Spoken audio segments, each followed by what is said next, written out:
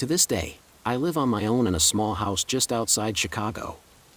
My neighborhood is pretty quiet and a lot of my neighbors are older and retired.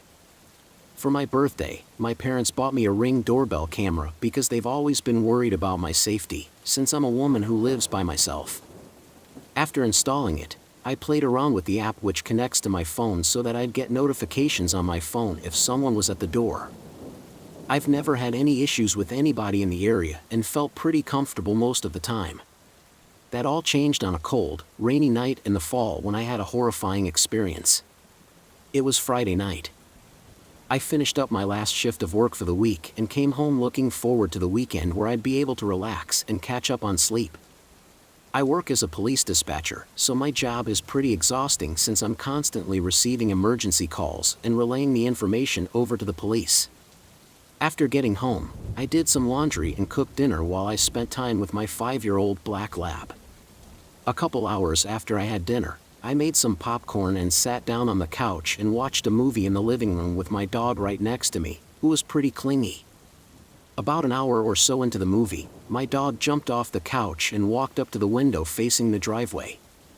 It didn't really concern me, since he always heard noises and would look out the window. After maybe 30 seconds of standing there, he started growling and making his usual crying noises. He's an extremely friendly dog, but he likes to try to sound like a guard dog whenever he sees someone outside.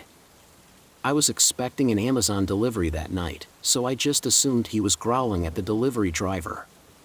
A couple of seconds later, I received the notification on my phone that there was motion detected at the door. Out of curiosity, I opened up the app to see the live feed. My relaxed mood instantly changed when I saw 2 police officers walking up to the front door.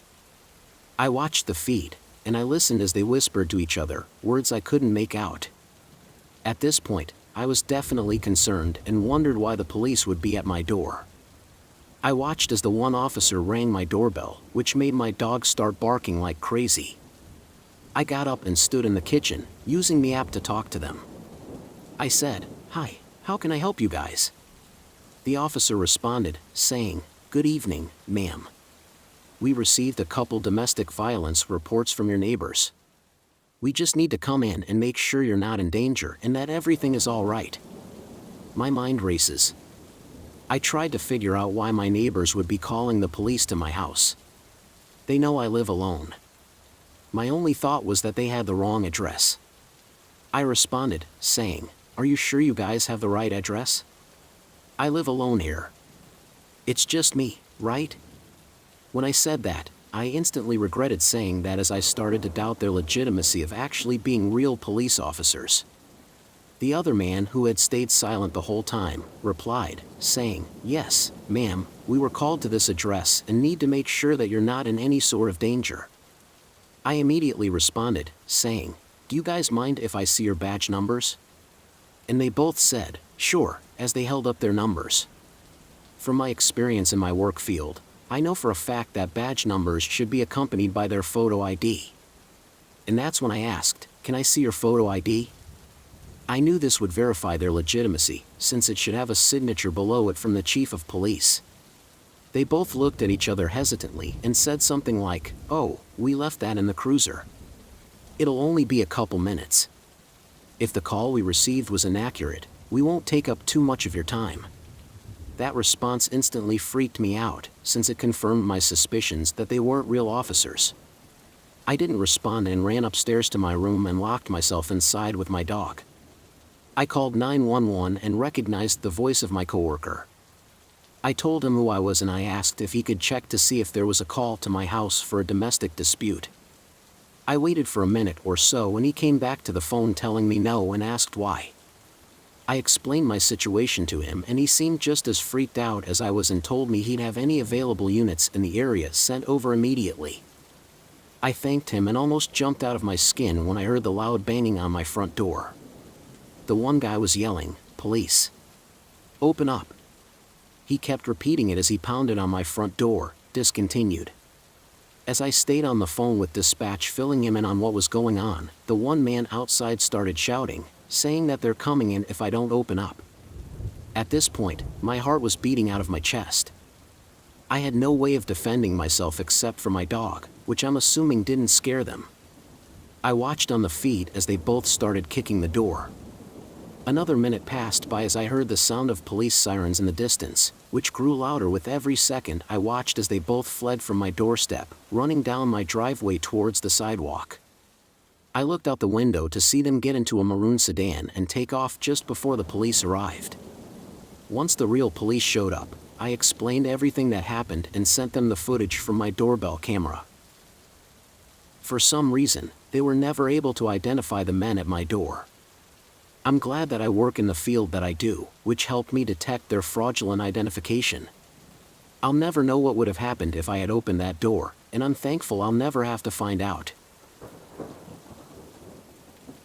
My neighbors that live across the street often travel. I'm 23 years old and I share a duplex with a guy about 10 years older than me who lets me rent it out for a really low price every month. He was super understanding of my financial situation from the day we first met, and we became friends pretty quickly. I'm currently enrolled in school and don't have a lot of money. I've often chatted with neighbors who live across the street and became good friends with them as well. One day they asked me if I would be interested in house sitting while they were gone. They offered me $400 for the week to occasionally check in on the house and make sure their cat had enough food and water. It was an extremely generous offer and I accepted it since I really needed the money. They left on a Sunday and would be returning the following Sunday. Before leaving, they also asked me to hang out there for a couple of hours at night with the lights on each night so that people thought they were home. The week before they left, they installed a Ring doorbell camera at their front door so they could always see if someone was at their door. They signed me into their account so that I would have access to the camera and doorbell for the week. Once they left Sunday, I headed over there later that night to check on the cat and watch TV with the lights on in the living room. It was a super easy job and I was very thankful that they were generously paying me for the task. The first 3 nights went by super easily and there were no problems on Wednesday night. That's when it all changed. I had finished hanging out at the house for the night and went back inside across the street to my house. Shortly after getting back, I got a notification that someone was at their front door. I looked out the window and saw a silhouette of a person wearing all black standing in front of their porch. It was around 10 p.m. or so it seemed suspicious that someone would be there so late. I waited for the notification to see if the person would ring the doorbell, but they never did, they just stood there. I opened up the app to get a better look at the person and saw a masked man standing completely motionless staring at their front door. I instantly spoke into the microphone, trying to disguise my voice as the owner, saying, "Can I help you?" He seemed a little surprised when he saw the camera and he whispered saying he was in trouble and needed a phone. I replied saying no and that he needed to leave. He seemed really strange and I didn't want to risk the house getting burglarized for the 3rd time this year. I continued to watch him on the camera as he just stood there not saying anything. Another minute went by until I came over the microphone again and said, "Please leave or I'll have to call the cops." Right around the exact time I said that, I received a text from the homeowner who was also watching the feed and listening to the conversation. He told me that there was a good chance that guy was the burglar who had broken in multiple times and he was calling the cops.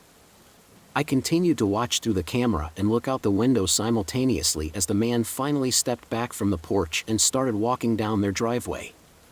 I watched the man cross the street, heading directly towards the duplex I was staying in. I started freaking out and grabbed the baseball bat that I slept with next to my bed. He started walking up my driveway and I felt sheer panic as he walked directly towards the door to my house. Becoming more terrified with each step he took, I ran downstairs to the main floor to make sure I locked the door, which I was glad to see I did. Suddenly I heard what sounded to be a set of keys jingling as I watched the lock turn over. I ran to the other side of the room and hid in the closet as the masked man entered the house. I couldn't believe it. How could he have keys to the house without him seeing me? I watched as he removed the mask and put it into his pocket. My heart sunk. It was the owner of the duplex. So many thoughts raced through my head. I couldn't believe it was him. I stayed hidden until he walked into the other room. As I quietly crept back upstairs to my room, the police eventually arrived across the street. they never found out who was there. I recently moved into a new home in a pretty nice neighborhood with my 10-year-old son.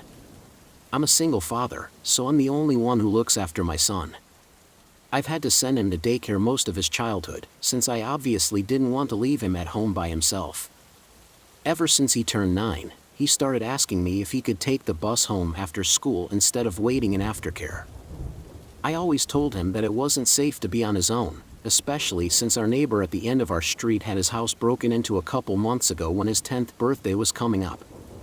He told me that all he wanted was to be allowed to take the bus home, since according to him, he was the oldest kid in aftercare and would always be bored. I wasn't a huge fan of the idea, but I deeply considered it. His school let out at 2:30, meaning he'd be home alone for about 2.5 to 3 hours a day. I ended up caving into his wish, and I told him on his 10th birthday that he'd be allowed to take the bus home after school under the condition that he'd always lock the door and do his homework before playing video games. He promised, and we made the agreement. He was a smart kid for his age and knew not to answer the door when he was on his own. Fast forward a couple months. I was proud of him for consistently following my instructions and getting his homework done right away. I decided to install a Ring doorbell camera so that I could always monitor the front door, especially in the few hours a day he'd be on his own. One day after he got home, I got the notification on my phone that there was motion detected at the front door, and I opened the app to see him walk inside and close the door behind him. I always checked this because I wanted to make sure he made it inside safe. I set my phone down and went back to work until I got another notification maybe 15 to 20 minutes later that there was motion detected at the front door. This obviously concerned me since I wasn't expecting any packages or guests, so I opened the app to see who it was. I watched as a man dressed in super baggy shorts and stood at the door. After ringing the doorbell, my heart sunk as I hoped my son wouldn't answer the door. I remembered that I could use my phone through the camera to talk to the man, so I said, "Can I help you?" And the man replied saying, "Hi, I lost my dog and I think he ran into your backyard. Can I go look?" I've never seen this guy before in the neighborhood, so I responded, saying I just looked in my backyard, he's not there. Trying to make it sound like I was home for some reason. The guy insisted that his dog was in the backyard and started to walk around the back. My heart raced as I thought about my son, who would sometimes do homework in the treehouse I built him a few years back. Our backyard was fenced in, but it was easily accessible. I yelled into my phone, telling the guy to leave now, or I'm calling the cops. But I watched as he continued to ignore me and headed down the walkway towards the backyard. My coworker, who was next to me, witnessed the entire situation, and I told him to call the cops for me right away. He dialed 911 while I called the home phone in my house to warn my son. He didn't answer and it went straight to voicemail. Instead of hanging up, I kept telling him to lock the back door as soon as possible since the voicemail would be played out loud on the phone. I was literally shaking and I drove home as fast as I could. I pulled into the house and sprinted to the backyard to see that the fence cave was wide open. I ran inside to see that the back door was also open and I screamed for my son, but there was no response. I ran into the backyard and called his name and I felt a huge sense of relief as I heard him reply from his treehouse. I told him to stay up there as I waited in the back for the cops to arrive. Once they showed up, I explained what happened and they searched the house only to find out it was vacant. They found clear signs of forced entry to the back door and also discovered a smudge fingerprint on the door handle, which must have been wiped off. I showed them the Ring doorbell footage and they began an investigation but never found out who it was. It still remains a mystery to this day.